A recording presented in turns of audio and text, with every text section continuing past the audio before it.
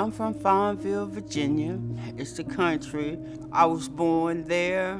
I'm 62 years old. I had a good family, We weren't in poverty or anything like that. And we had what most people didn't have. I can't say that's why I'm here.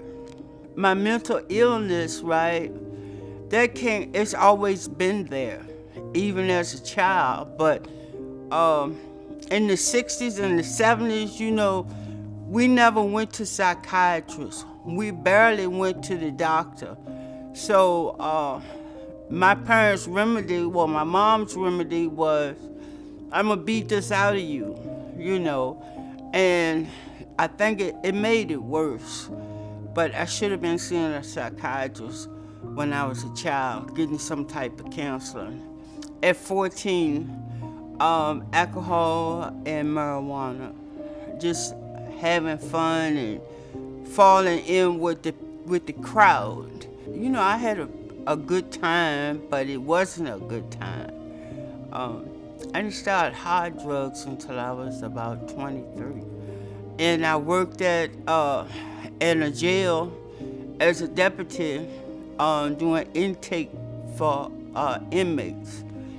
And I did a good job working and stuff like that, but I got hooked on cocaine. I was hanging around the wrong people that was in corrections working used to go to a spot, right? And they were like, come on, and that's when all the hard drugs started.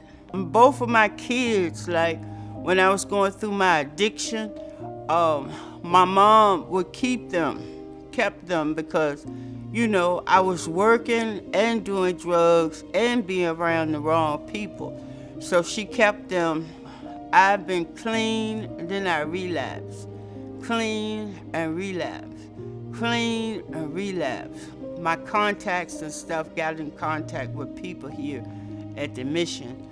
And so I came weary, tired, and sad. When Laureen first came, I remember coming into work and some of the staff was talking about there was a lady that dropped off a lady and just dropped all her bags off and pulled right off. Didn't even let her come in the door, didn't walk her in the door. And when I seen her, I was like, hey, how you doing? And she seemed like she was tired. She was exhausted. She was broken.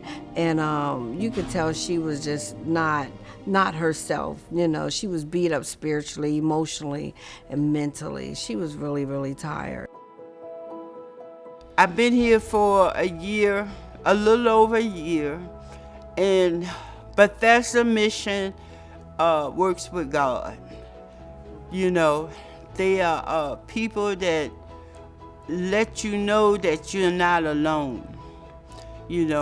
They teach you how to handle yourself in different situations, and they teach you that it's God that's in your life, and you can overcome anything if you truly believe and believe in other people that have made it with addictions and mental illness.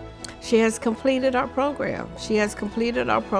And, she went through all her programs and got her mental health, stabilized. She began to go to church. She found a church home where she didn't just start going to church, but she started taking people to church with her. She started talking more about the Lord and, what she wanted to do when she left the program, but every day she got stronger, and we could tell she was getting more and more stronger. She had started going to meetings. We allowed her to start going to meetings on her own, and she began to take more responsibility for her medication, and we began to see her become this independent woman of God. I'm back to who I used to be, and so that's the greatest gift of all. That is, and my kids are just so like, Mom, you really doing this, and I'm so proud of you. We can see the change in you and stuff like that, and I can feel the change in myself. That's why I get caught up when I talk about it because it's just a blessing to be new. You know what I'm saying? To be who you supposed to be in life, in Christ, you know. And I just want to help people. That's all I want. I just want to go testify to people that are still out there, you know, that this is the word and it's a message. You can overcome what you're going through. I love Bethesda.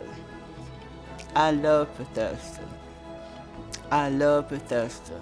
And I'm being taught how to be closer to God. And that's why I come back. That's why I come see people. Because I can't get this in the street.